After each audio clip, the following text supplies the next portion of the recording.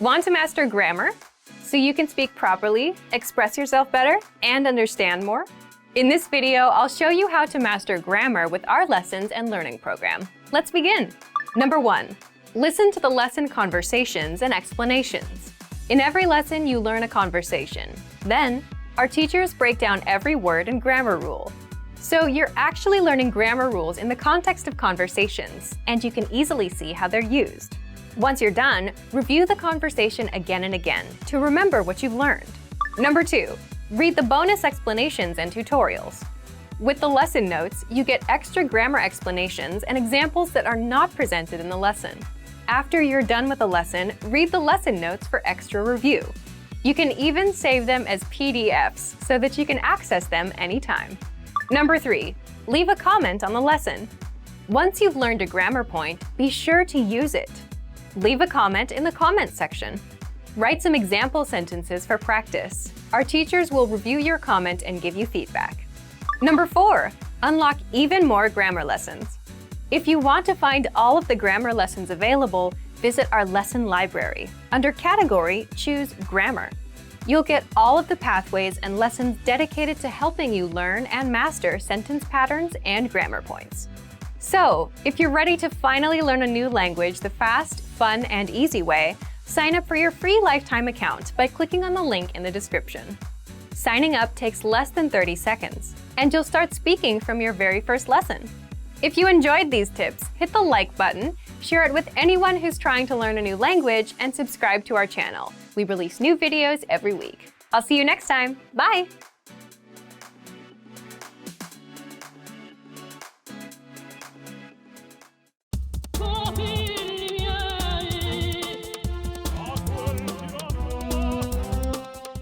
Hi!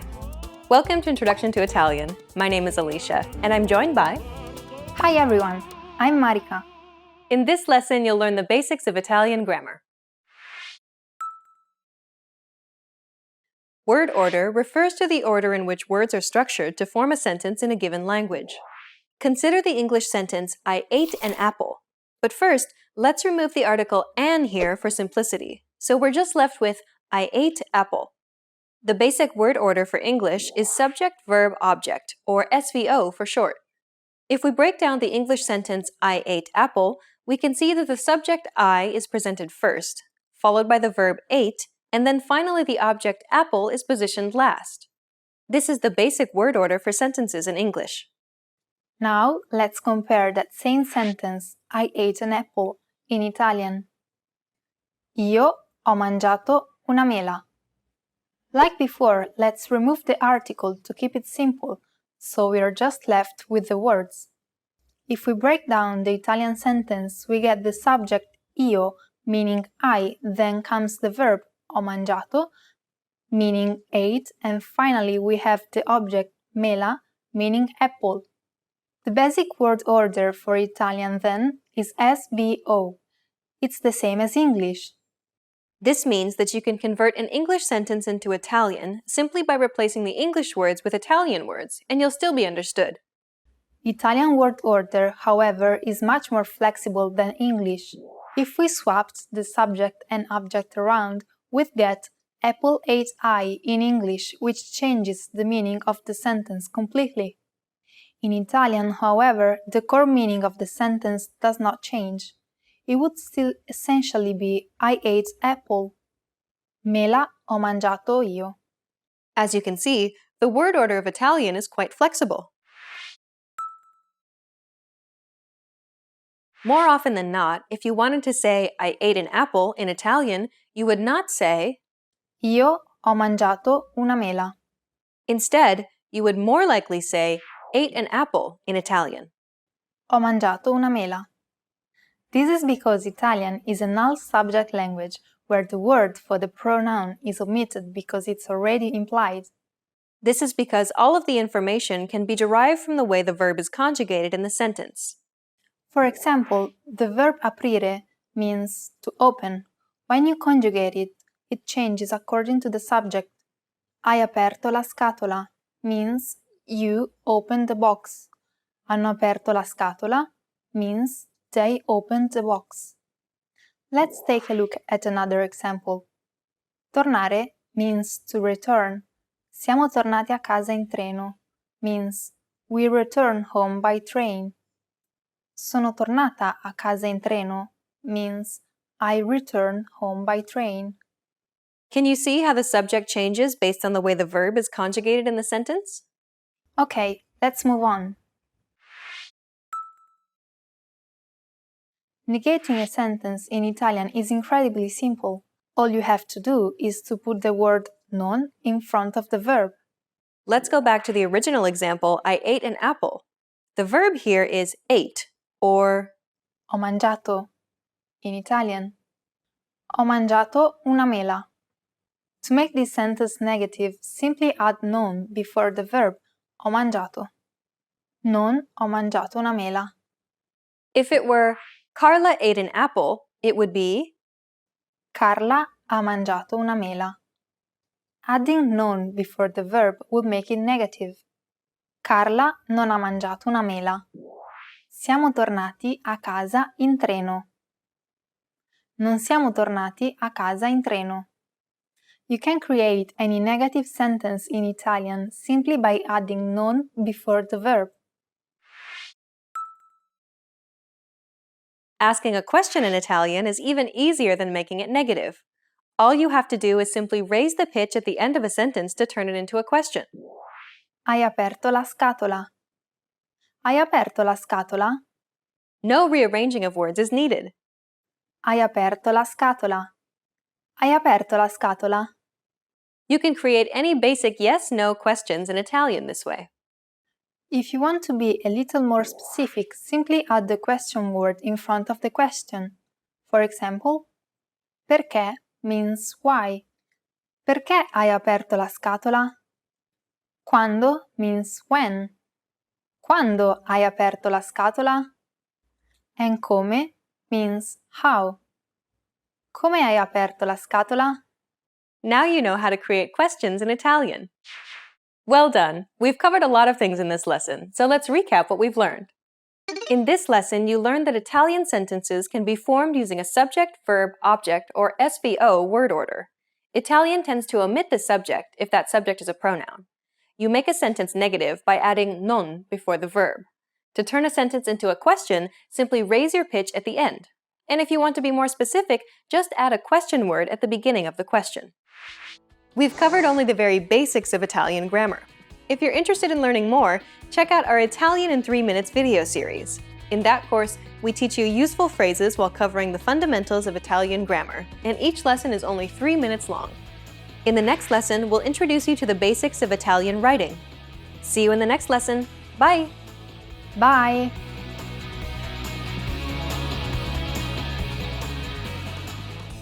Want to speak real Italian from your first lesson? Sign up for your free lifetime account at ItalianPod101.com. Hi everybody, Marika here.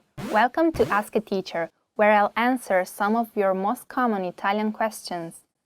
The question for this lesson is, do Italians only speak Italian, or are there other languages commonly spoken in Italy? Italian is such a famous and beautiful language that many people only know about Standard Italian. However, that's only half the story. Actually, many Italians are native bilinguals. Italian is the most widely spoken language in Italy, but there are lots of regional languages or dialects called dialetti. People don't really use dialects in official or formal settings. That's why Italian is the official language of Italy. It's necessary to have a common language everyone can understand and use together. For the most part, dialects are only spoken and used in casual situations. A few of the major dialects might sound familiar to you. The major ones are Napolitan, Sicilian, Sardinian, Venetian, and Friulan, and there are a lot more. You probably won't be able to find a full list of dialetti online. There are two main reasons why. Dialects don't have a written literature, so few documents have been written about them. In fact, most children learn a dialetto at the same time they learn Standard Italian. The difference is that Italian is what's used in schools, while dialects are used with family and friends. Some people consider dialects as the only language that can truly express one's innermost feelings. Unfortunately, many children today don't learn any dialetti at all. So, if you go to Italy and you overhear an unfamiliar phrase, it might not even be in Italian.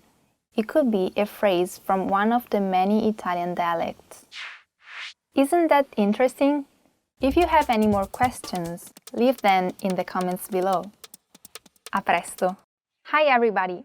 Marika here. Welcome to Ask a Teacher, where I'll answer some of your most common Italian questions. The question for this lesson is, does Italian have any false friends words that look the same in English but mean something different? The answer is yes. The term false friends is the perfect name for these words. They are like people who look really familiar but are actually total strangers. We'll go through some of the most common ones, so you can avoid miscommunications when you're speaking Italian. If your Italian partner is going to introduce you to his or her parenti, you'll be meeting their relatives, not just the parents. The word parents is genitori in Italian. Also, if you see the word sale in a supermarket, don't think you're getting a discount. Sale is actually the Italian word for salt. If someone describes you as educato or educata, they are usually not talking about your education. They are saying that you are polite. And if you work in a factory, don't say you work in a fattoria. That means you work on a farm. If you are a librarian, don't work in a libreria, because that's bookshop. So don't think that you can borrow books there for free. Make sure you don't offer to take pictures with your camera. That means room. You take pictures on your macchina fotografica. Pay attention to verbs too. Attualmente means currently in Italian. The Italian for actually is in realtà. Definitely doesn't translate as definitivamente either. That means ultimately. Lastly, when you're talking about an event that's coming up later than expected, don't use eventualmente for eventually.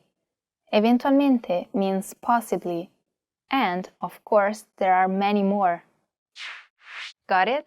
Keep the questions coming. If you have another question, leave it in the comments and I'll try to answer it.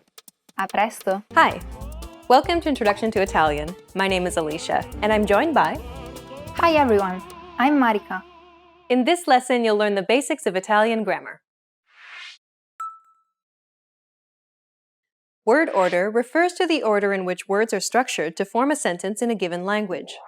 Consider the English sentence, I ate an apple.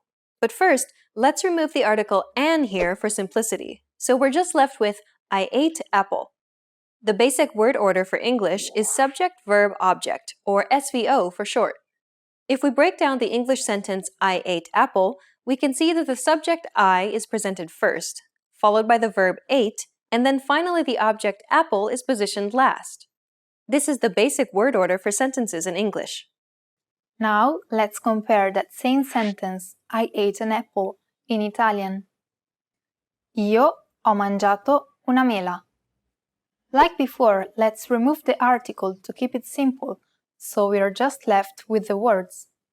If we break down the Italian sentence, we get the subject io, meaning I, then comes the verb ho mangiato, meaning ate, and finally we have the object mela, meaning apple. The basic word order for Italian then is SVO. It's the same as English. This means that you can convert an English sentence into Italian simply by replacing the English words with Italian words, and you'll still be understood. Italian word order, however, is much more flexible than English. If we swapped the subject and object around, we'd get apple ate I in English, which changes the meaning of the sentence completely. In Italian, however, the core meaning of the sentence does not change.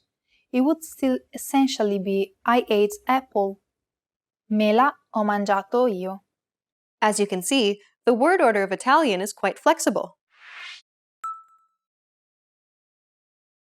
More often than not, if you wanted to say I ate an apple in Italian, you would not say. Io ho mangiato una mela. Instead, you would more likely say ate an apple in Italian.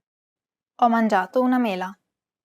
This is because Italian is a null subject language where the word for the pronoun is omitted because it's already implied. This is because all of the information can be derived from the way the verb is conjugated in the sentence. For example, the verb aprire means to open. When you conjugate it, it changes according to the subject. Hai aperto la scatola means you opened the box. Hanno aperto la scatola means they opened the box. Let's take a look at another example. Tornare means to return. Siamo tornati a casa in treno means we return home by train. Sono tornata a casa in treno means I return home by train. Can you see how the subject changes based on the way the verb is conjugated in the sentence? Okay, let's move on. Negating a sentence in Italian is incredibly simple. All you have to do is to put the word non in front of the verb. Let's go back to the original example, I ate an apple. The verb here is ate, or Ho mangiato. In Italian. Ho mangiato una mela. To make this sentence negative, simply add non before the verb ho mangiato. Non ho mangiato una mela. if it were Carla ate an apple, it would be Carla ha mangiato una mela. Adding non before the verb would make it negative. Carla non ha mangiato una mela. Siamo tornati a casa in treno. Non siamo tornati a casa in treno. You can create any negative sentence in Italian simply by adding non before the verb. Asking a question in Italian is even easier than making it negative. All you have to do is simply raise the pitch at the end of a sentence to turn it into a question. Hai aperto la scatola. Hai aperto la scatola? No rearranging of words is needed. Hai aperto la scatola. Hai aperto la scatola? You can create any basic yes-no questions in Italian this way. If you want to be a little more specific, simply add the question word in front of the question. For example, perché means why. Perché hai aperto la scatola? Quando means when. Quando hai aperto la scatola? And come means how. Come hai aperto la scatola? Now you know how to create questions in Italian. Well done! We've covered a lot of things in this lesson, so let's recap what we've learned. In this lesson, you learned that Italian sentences can be formed using a subject, verb, object, or SVO word order. Italian tends to omit the subject if that subject is a pronoun. You make a sentence negative by adding non before the verb. To turn a sentence into a question, simply raise your pitch at the end. And if you want to be more specific, just add a question word at the beginning of the question. Hi everybody, Marika here. Welcome to Ask a Teacher, where I'll answer some of your most common Italian questions. The question for this lesson is, what are some examples of Italian loanwords we use in everyday English? You may not know it, but you probably use some Italian every day. Did you know that bravo, dilemma, and paparazzi are Italian words? English is full of Italian loanwords. We use them in almost every aspect of our lives, especially in art, music, cuisine, and architecture. The most obvious is probably cuisine. I'm sure you've seen silly people try to imitate Italian by saying spaghetti, cappuccino, espresso, mozzarella, maccheroni. Well, they're actually Italian words. You might have seen al dente or pasta fresca, which means fresh pasta, on English pasta packages. Those are two different ways to prepare pasta. Did you know that the words zucchini and broccoli are also from Italian? Music and art also have plenty of Italian loanwords. Take finale, scenario, solo, and concerto. Those are all commonly used in English. There are lots more on a technical level too, like forte, fortissimo, piano, pianissimo, motto, stanza. In arts and architecture, studio, villa, graffiti, veranda, and ghetto, as well as apartment from appartamento, are all Italian loanwords. The list doesn't end here. Umbrella comes from the Italian ombrello, lottery comes from lotteria, and tombola is also an Italian game. Madonna, Monsignor, and Padre are all loanwords related to religion. Scherzo in Italian means joke, and novel comes from the Italian novella. Sonnet comes from sonetto. Italian is everywhere. Be careful with some loanwords though. The Italian word doesn't always mean the same thing in English. For example, manifesto in Italian means poster. English loanwords don't always follow Italian grammar either. Zucchini and macaroni are spelled differently in Italian. English words like panini and salami are mistakenly used in the plural form. Pretty interesting, right? Do you have any more questions? Leave them in the comments and I'll try to answer them. A presto! Hi everybody, Marika here. Welcome to Ask a Teacher, where I'll answer some of your most common Italian questions. The question for this lesson is, how can I use the pronoun ne? Ne is an Italian pronoun that takes the place of nouns so that we don't have to repeat the same words. These nouns can refer to people, places, or things. Let's take a look at how it can be used. First, ne can be used when replacing a noun introduced by di or any combination like del, della, and so on. In this case, it has a partitive meaning. It can be translated as any, some, of it, of them. For example, hai bisogno di soldi? Sì, ne ho bisogno. Do you need some money? Yes, I need some. Abbiamo del burro? No, non ne abbiamo.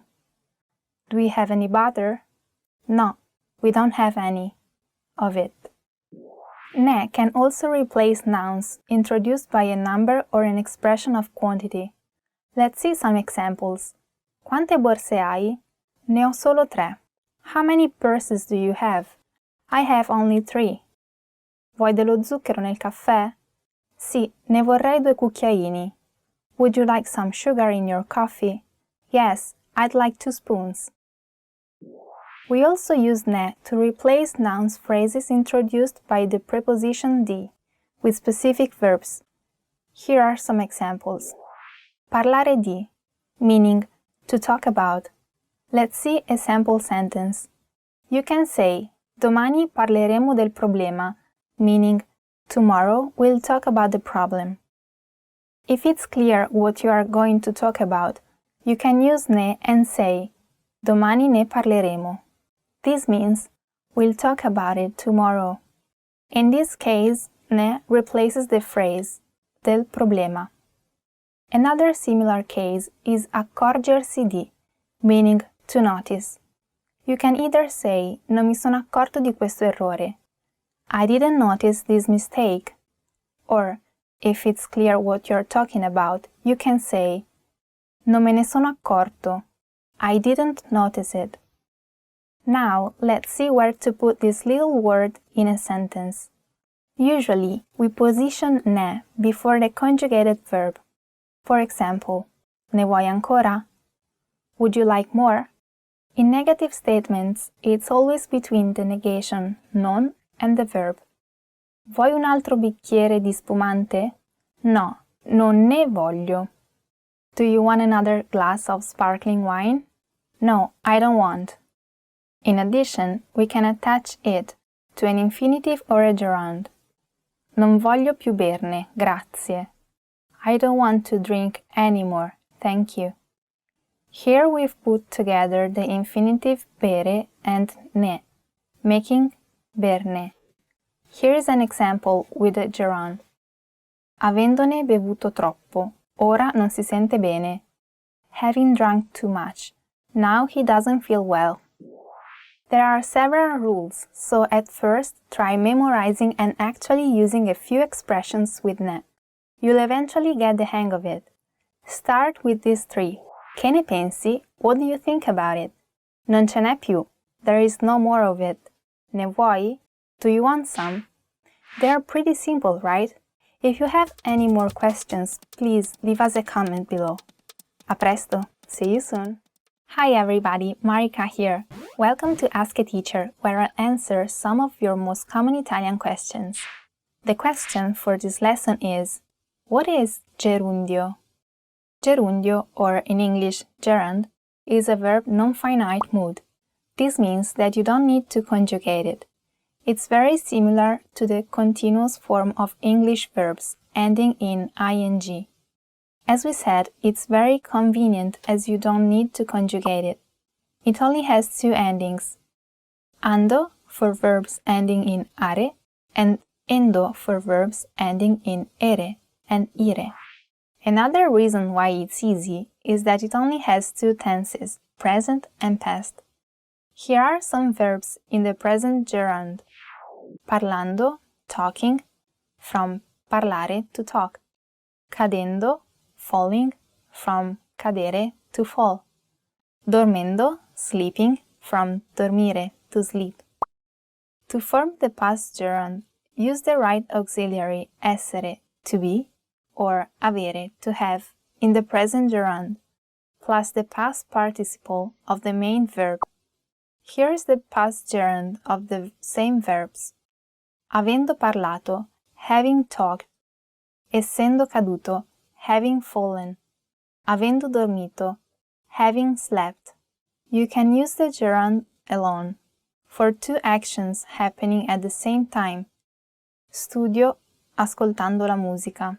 I study listening to music. To say why something happens. Essendo stanca, andrò a letto. Being tired, she went to bed. To express a possibility, a hypothesis. Volendo, potremmo andare al cinema. If you wanted to, we could go to the movies. Another way you can use the gerund is combined with the verb stare, to stay, to be. If you combine the present tense of stare and the gerund, you get the present continuous. For example, sto studiando italiano. I am studying Italian. Tu stai leggendo. You are reading. If you combine the imperfect tense of stare and the gerund, you get the past continuous. Stavo studiando italiano. I was studying Italian. Tu stavi leggendo. You were reading. Pretty easy, right? If you have any more questions, please leave us a comment. Hi everybody, Marika here. Welcome to Ask a Teacher, where I'll answer some of your most common Italian questions. The question for this lesson is, when should I use the subjunctive or congiuntivo? The subjunctive is a verb mood used to express doubt, hope, fear, or possibility. In other words, the subjunctive expresses subjectivity. Basically, you need it to express anything that isn't a sure fact. So, where should you use the subjunctive? In subordinate clauses introduced by a verb expressing doubt, a supposition or a guess.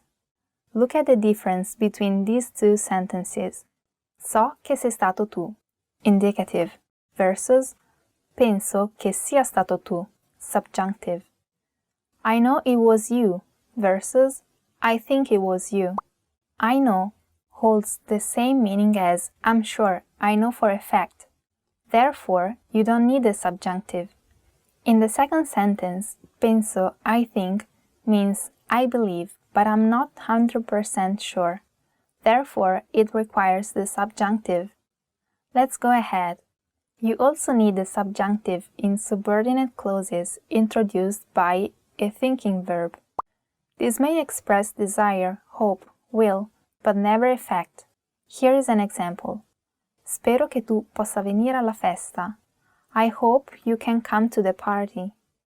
Another case is when you're talking about other people's feelings and thoughts. Again, these are things that you can never be sure 100%. For example, sono contenta che ti piaccia il mio libro. I'm happy that you like my book. You need to use the subjunctive after certain conjugations. Sebbene, although, benché, although, affinché, so that, dovunque, wherever, nonostante, despite, prima che, before. For example, sebbene fosse tardi, la chiamai. Although it was late, I called her. Diglielo, prima che sia troppo tardi. Tell him, before it's too late. You should use the subjunctive after impersonal expressions such as bisogna che, it's necessary that. È necessario che, it's necessary that. È possibile che, it's possible that. È probabile che, it's probable that. For example, è probabile che piova domani. It's probable that it will rain tomorrow. To form the polite imperative. Italian imperative doesn't have all the persons, so the third person borrows its form from the present subjunctive. Prego, si sieda. Please, have a seat. Finally, you need a subjunctive in the if clauses of the second and third conditional. You'll study this later. For now, here is an example. Se lo sapessi, te lo direi. If I knew, I'd tell you. Colloquial Italian often replaces the subjunctive with the indicative. It's not unusual to hear prima che te ne vai, before you leave, instead of prima che tu te ne vada. Or you might hear sono contenta che ti piace, I'm happy you like it, instead of sono contenta che ti piaccia. This is actually a very controversial topic. Some people don't accept these examples as correct Italian, but language is a living thing, so who knows how it'll change in the future. Pretty interesting, right? If you have any more questions, please leave us a comment. A presto, see you soon! Hi everybody, Marika here. Welcome to Ask a Teacher, where I'll answer some of your most common Italian questions. The question for this lesson is, why don't I always need to conjugate the verb in a subordinate clause? Sometimes Italian seems simpler than English because it can have an infinitive verb, whereas English has a conjugated form. For example, lui sa di avere ragione. He knows he is right. Why is avere not conjugated? What are the rules that regulate this? The sentence in the example above can be divided into two clauses. Lui sa di, meaning he knows that, is the main clause. Avere ragione, literally to be right, is the subordinate clause. In English, it's translated as he is right. This is a special kind of subordinate clause called implicit. Implicit subordinate clauses feature a non-finite mood verb, which means not conjugable verb. Infinitive is the most used in Italian. If the subject of the main clause and the subordinate is the same, the infinitive can replace clauses beginning with che. Sounds complicated. Look at these examples. Non sono sicura che partirò. I'm not sure I will leave. You can say non sono sicura di partire. Mario sa che è bravo in matematica. Mario knows he's good at math. You can say Mario sa di essere bravo in matematica. When the subject in the two sentences is the same and the first verb is a thinking verb, your only option is to use the infinitive in the second sentence. So if you want to say I hope I will leave, you have to say spero di partire, not spero che io parta. The second one is too wordy and sounds unnatural. However, if the subjects are different, you must use the subjunctive. Spero che Laura parta. I hope Laura will leave. Pretty simple, right? If you have any more questions, please leave us a comment. A presto, see you soon! Hi everybody, Marika here. Welcome to Ask a Teacher, where I will answer some of your most common Italian questions. The question for this lesson is, essere o avere? How can I choose the right auxiliary verb in compound verbs? In Italian, when forming compound tenses, such as the present perfect or passato prossimo, you'll need an auxiliary verb. This will either be essere, to be, or avere, to have. In English, you don't have to make this choice, as you only need to have. That's why deciding which auxiliary to use in Italian can be a bit difficult at first. Let's have a look at some rules that will help you choose the right auxiliary. The first thing you need to remember is that transitive verbs always need avere. Let's see some examples. Io ho mangiato una mela. I have eaten an apple. Mangiare, to eat, is a transitive verb, meaning that it can have a direct object. Giorgio ha guardato un film. Giorgio has watched a movie. Guardare, to watch, is also transitive. Abbiamo conosciuto Laura. We have met Laura. Conoscere, to meet, is also transitive. Reflexive verbs, on the other hand, always use essere. Let's see an example. Mi sono innamorato. I have fallen in love. Innamorarsi, to fall in love, is reflexive. Verbs in the passive form also use essere. La mela è stata mangiata. The apple has been eaten. È stata mangiata, meaning has been eaten, is a passive form of mangiare, to eat. What about intransitive verbs? Some use essere and others avere. Although there are no set rules, here are some things you can look out for. For example, intransitive verbs of movement always use essere, such as andare, to go, and arrivare, to arrive. Here are two sample sentences. Ieri sono andata a Venezia. Yesterday I went to Venice. Siete arrivati tardi. You have arrived late. On the other hand, intransitive verbs of movement, where the destination doesn't need to be mentioned, always use avere. Some examples are camminare, to walk, or viaggiare, to travel. A few sample sentences. Abbiamo camminato tanto. We have walked a lot. Ho viaggiato in treno. I've traveled by train. One last thing. There are some cases where both essere and avere are acceptable. This mainly happens with verbs about the weather. Piovere, to rain, nevicare, to snow, grandinare, to hail, tuonare, to thunder. So you can say è piovuto, but also ha piovuto. Both means it has rained. Pretty interesting, right? If you have any more questions, please leave a comment below. A presto! See you soon! Hi everybody! Marika here. Welcome to Ask a Teacher, where I'll answer some of your most common Italian questions. The question for this lesson is: what's the difference between potere and riuscire? Riuscire and potere are two verbs we use very often in Italian. Sometimes their meanings overlap, but other times they mean completely different things. Potere is translated as to be able to or can. It indicates the capacity and or possibility to do a determinate action. For example, non devi cucinare, posso farlo io.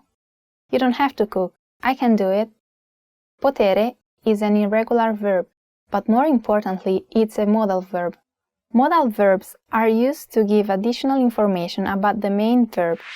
As with other modal verbs, potere is almost always followed by an infinitive verb without a linking preposition.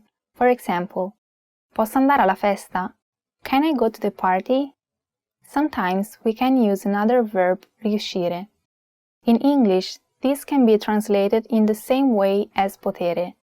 However, riuscire has a slightly different meaning. Its meaning is somewhere between the English verbs to be able to and to succeed. Let's see some examples. Non riesco a dormire, c'è troppo rumore. I can't sleep, there's too much noise. Sono riuscito ad arrivare in tempo. I managed to arrive on time. Please also note that riuscire needs the preposition a in front of the infinitive. It's not always easy to grasp the difference between these two verbs. Look at these sentences. Ho 15 anni. Non posso guidare. I'm 15. I can't drive. It's the same as saying, I'm not allowed to drive. Sono troppo stanca. Non riesco a guidare. I'm too tired. I can't drive. It's the same as saying, even if I tried, I couldn't. Here is another example that may help. We can translate I can't sleep at the office in two different ways in Italian. One is non posso dormire in ufficio.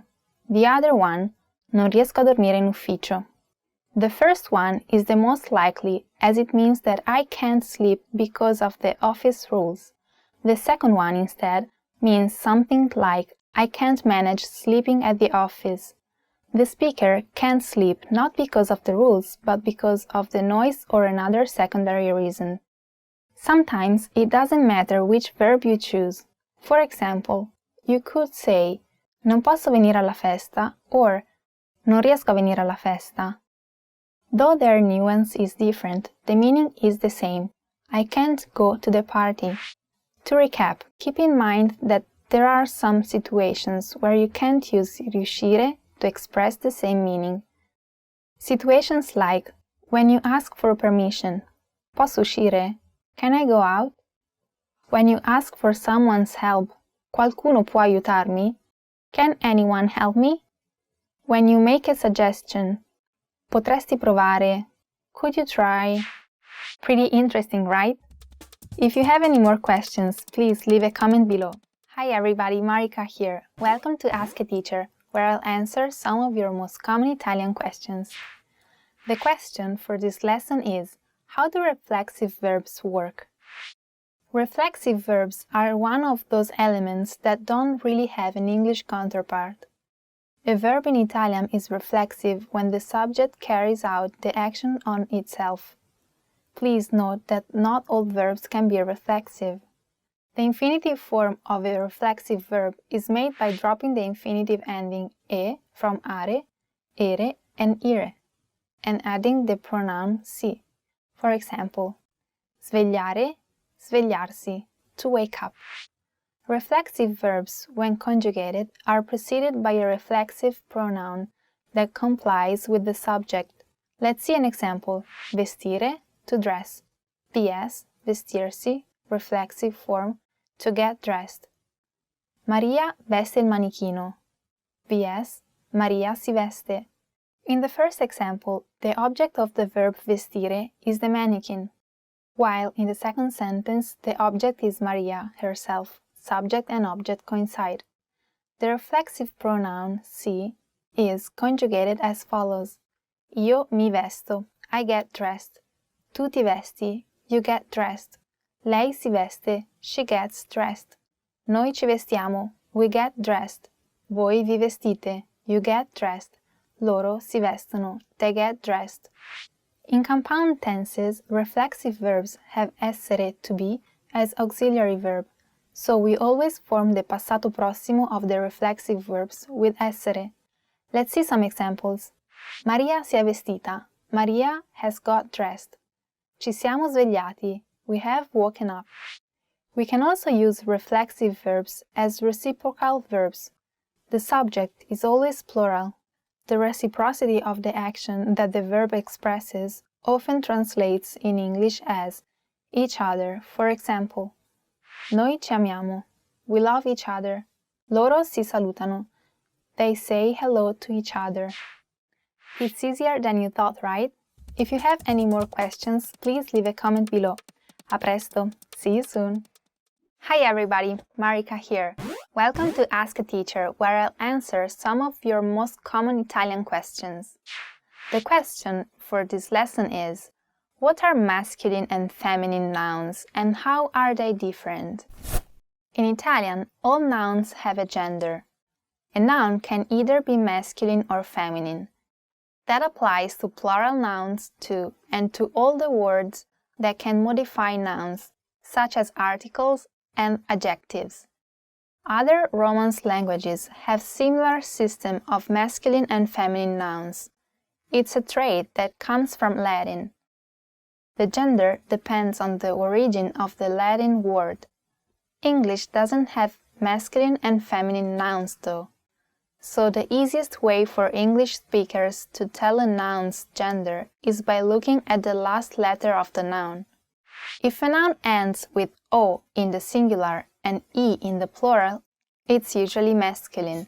If a noun ends with a in the singular and e in the plural, it's usually feminine. For example, sedia, meaning chair, ends with an a, so it's feminine. La sedia. In the plural, le sedie. Libro, meaning book, ends with an o, so it's masculine. Il libro. And in the plural, I libri, ending with an I. The OI for masculine and AE for feminine rule doesn't always work though. Most of the time, but not always. There are some exceptions like la moto, meaning the bike, which is feminine, and il problema, meaning the problem, which is actually masculine. To make things even more complicated, there is a third class of nouns ending with E in the singular and I in the plural. These can be masculine or feminine depending on the word. That's why it's important to learn nouns and their respective genders together with the right definite articles. The definite articles are different from each gender, so they'll help you remember. For example, take bicchiere, meaning glass, which is in that third category of nouns ending in E. The right article for bicchiere is il, so il bicchiere is masculine. How about nave, meaning ship? The right article for this one is la, so la nave is feminine. Again, there is unfortunately no formula to find the right gender. The Latin origins of words go way back, and often people don't know why some words have a certain gender today. Your best guide is going to be our first rule, singular O and plural I for masculine, and singular A, plural E for feminine. Just try to memorize the articles with the nouns, and before you know it, the gender classifications will come naturally to you. Woo! That's it for this lesson. Please send in any more questions you have and I'll try to answer them. Hi everybody, Marika here. Welcome to Ask a Teacher, where I'll answer some of your most common Italian questions. The question for this lesson is, how do you form the plural of nouns? In Italian, just like in English, nouns can be singular or plural depending on what they refer to. To form the plural of Italian nouns, you generally have to change the final letter of the singular form from one vowel to another. Masculine nouns ending in O and A form the plural by changing the final vowel to I. For example, ragazzo, meaning boy, becomes ragazzi in the plural, and the plural of poeta, which means poet, is poeti. Feminine nouns ending in A form the plural by changing the A to E. So, mela, meaning apple, changes to mele when it means apples. Finally, there are also nouns ending in E. Both masculine and feminine nouns that end in E form the plural by changing the final vowel to I. Let's take cane, for example, which means dog, and is masculine. The plural form is cani. Similarly, the plural of chiave, a feminine noun meaning key, is chiavi. However, not all nouns follow these rules. In fact, there are lots of exceptions. Let's see a few of them. Some nouns don't change in the plural.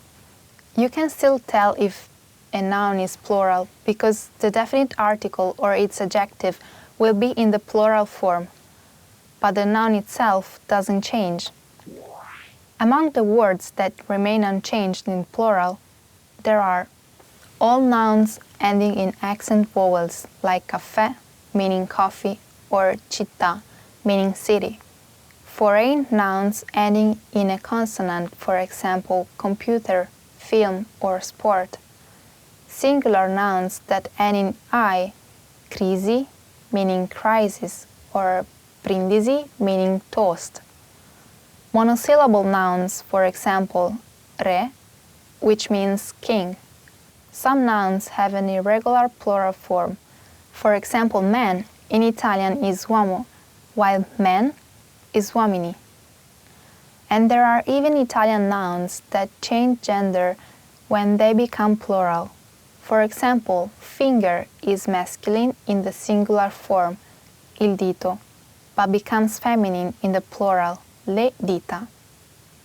Plurals sometimes can be a challenge even for native Italian speakers. However, exceptions are exceptions. You shouldn't obsess over them. Just memorize the few rules I told you in the beginning and go from there. Pretty interesting, right? If you have any more questions, please leave a comment below. A presto! Want to speak real Italian from your first lesson? Sign up for your free lifetime account at ItalianPod101.com. Hi everybody, Marika here. Welcome to Ask a Teacher, where I'll answer some of your most common Italian questions. The question for this lesson is, what are modified nouns? In Italian, you can modify nouns. That allows you to convey feelings such as love, hate, or irony in a concise and effective way. Modified nouns, called nomi alterati, can take different endings that convey different feelings. They are usually divided into categories. Let's see which ones. To describe something positively or negatively, you can use pezzeggiativi and dispregiativi. Pezzeggiativi express endearment. Some common suffixes are uccio and ino. For example, tesoruccio, sweetheart, gattino, kitten. Dispregiativi express dislike. Common suffixes are accio and astro. For example, scarpaccia, ugly shoe, giovinastro, loud. To describe the aspect of something, you can use accrescitivi and diminutivi. Accrescitivi indicate a big size. The most common suffix is one. For example, ragazzone, big boy, nasone, big nose. Diminutivi indicate smallness. Common suffixes are ino, etto, otto, ello. For example, topino, little mouse, bacetto, small kiss, leprotto, small hair, alberello, little tree. Be aware of fake modified nouns, or falsi alterati. These are words that look like modified nouns but mean a total different thing. Matto means crazy person, but mattone is not a big crazy man, it's a brick. And mulino means mill, not a small mule, that's mulo. Italian children often learn funny nursery rhymes in school about these false modified nouns. Here is one I just invented. Ready? Take note. La gomma per cancellare, il gommone per andare al mare. Col burro puoi cucinare, ma del burrone non scivolare. Se vedi un lampo, c'è il temporale. Se vedi un lampone, lo puoi mangiare. Which means the eraser to erase, the raft to go out to the sea. With butter you can cook, but don't sleep on the ravine. If you see lightning, that's a storm. If you see a raspberry, you can eat it. Pretty fun, right? Do you know any other false modifying noun? Let us know in the comments. A presto! See you soon! Hi everybody, Marika here. Welcome to Ask a Teacher, where I'll answer some of your most common Italian questions. The question for this lesson is, what are the top 10 most common Italian idioms? It might not be necessary to know idioms in order to communicate in Italian, but they are very effective and fun. Also, if you can use some idioms, you'll sound more fluent. Are you ready to find out 10 of the most common Italian idioms? Let's start. In bocca al lupo. This literally means into the mouth of the wolf. The origin of this expression isn't clear, but Italians use it very, very often to wish someone good luck. If someone says in bocca al lupo to you, you should reply crepi il lupo. May the wolf croak. Costare un occhio dalla testa. Literally, to cost an eye of the head. This has basically the same meaning as the English idiom. to cost an arm and a leg. It means that something costs so much that you'd have to sell a part of your body to be able to afford it. Essere al verde. The literal translation is to be at the green, but it actually means to be broke. This expression is said to have originated in Florence, where the bottom half of auctioneer candles were painted green. When the candle reached the green, the flow of money would come to a stop. Another theory is that the color refers to the inside of a wallet, which you could see once you were out of money. Tra il dire e il fare c'è di mezzo il mare. Idiomatic expressions about the sea are quite common in Italian. This one means, between saying and doing there is a sea in the middle. It means, easier said than done. Italians often shorten this expression and just say, tra il dire e il fare. Una volta ogni morte di papa. Once every time a pope dies. The English equivalent of this expression is once in a blue moon. Both are used about something happening very rarely. Essere al settimo cielo. This idiom has the perfect analog in English, to be in seventh heaven, meaning to be extremely happy. This expression comes from the philosophy on which Dante's comedy is based. According to this philosophy, the earth is in the center of the universe, surrounded by 7 concentric heavens. Seventh heaven was the highest degree of elevation for man. Dormire come un sasso, to sleep like a stone. This idiom is basically the same as English, to sleep like a log. It means that someone is sleeping so soundly that they look like an inanimate object. You can also say dormire come un ghiro, to sleep like a dormouse. Acqua in bocca. The literal translation is water in your mouth. If someone says acqua in bocca to you, they want you to keep it a secret, because of course you can't say anything if your mouth is full of water. Il gioco non vale la candela. The game isn't worth the candle. This expression is of medieval origin. Back then, people used candles at night, and candles could be expensive. Card players used to repay the owner of the house that hosted them with either money or a candle. The saying started to spread among players to indicate games where the winnings were so low that they wouldn't even cover the small expense left for the candle. Tagliare la corda, to cut the rope. This expression means to run away from a situation. It originates from the rope that was used to keep boats tied to the shore. To sail, it was necessary to free the boat first, but if someone was in great hurry, the rope would be cut. Pretty interesting, right? That's all for this lesson and this series. Thank you for listening, and we'll see you in another series. A presto! See you soon! Hi guys, I'm Desiree, and today we're gonna do the top 25 Italian phrases that means useful words in Italian. Ciao! Hello! Ciao is the first word, and it's a really useful word because you can use that to your friends to say ciao, ciao, but not to people that you don't really know. Buongiorno, good morning. Buongiorno, that means good morning, and you can use it with friends or even with people that you don't know. So, buongiorno, buongiorno. And people can even answer to you back, ciao, that it's okay, but use buongiorno with everyone and you will be safe. Buonanotte, good night. Buonanotte, so good night. You can use it, of course, in the night, but it's a word that we don't really use to people that we don't know. So it's like ciao. If people say to you ciao to say bye, you can answer buonanotte, but just if you know that they're really going to bed. Otherwise, it's good evening, so buonasera. Sono Desiree. I'm Desiree. Sono, that means I am. You can use it with your nationality, so I am Italian, sono italiana, or with your name. I am Desiree, sono Desiree. Mi chiamo Desiree. My name is Desiree. Mi chiamo Desiree means my name is Desiree, and you can use that to introduce yourself to people that you may know, that you don't know. It's okay, because it's formal and informal at the same time. It's okay. Mi chiamo Desiree. Come ti chiami? What's your name? Come ti chiami? So, what's your name? Mi chiamo Desiree. Tu come ti chiami? Piacere di conoscerti. Nice to meet you.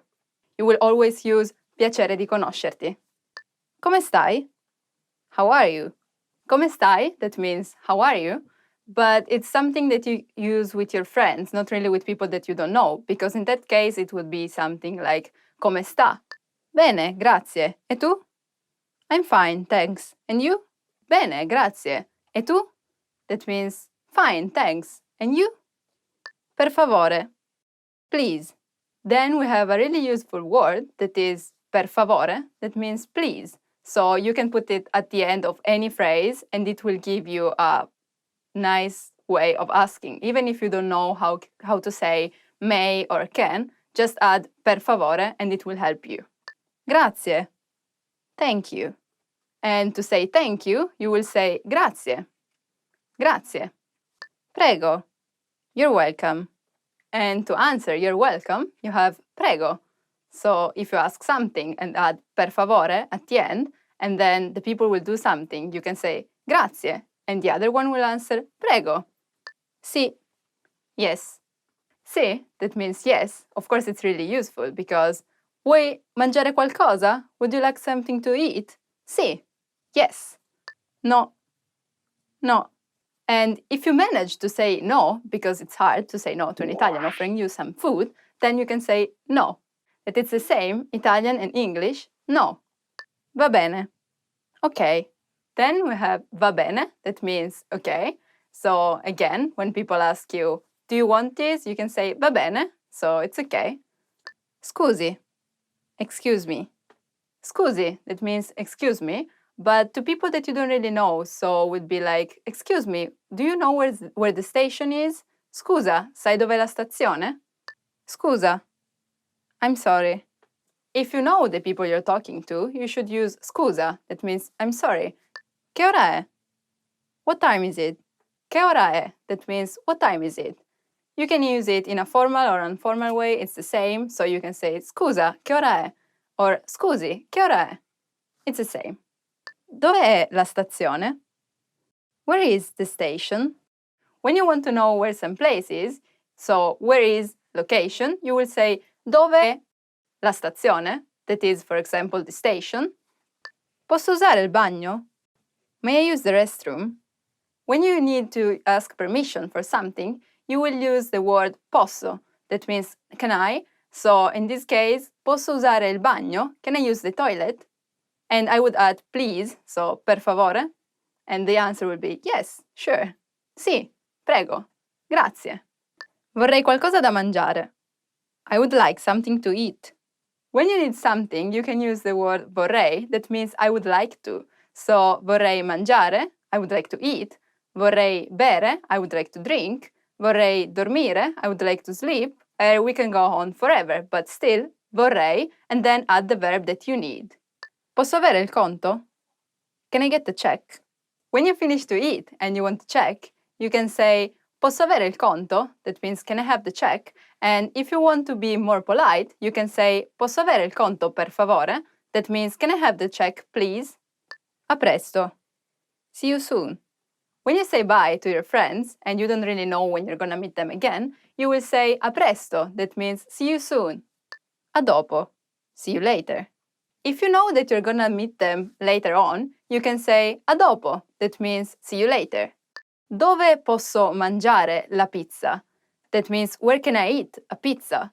If you really want to know where you can eat a good pizza, you can add buon, that means good, so it will be dove posso mangiare una buona pizza?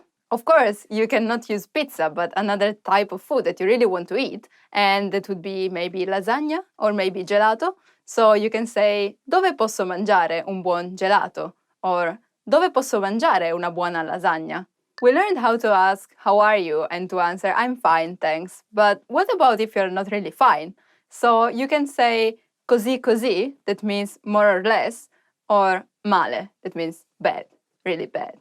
Guys, that's it for today. We finished the top 25 Italian phrases. And which one was your favorite one? Mine is così così, that if you remember means not so well.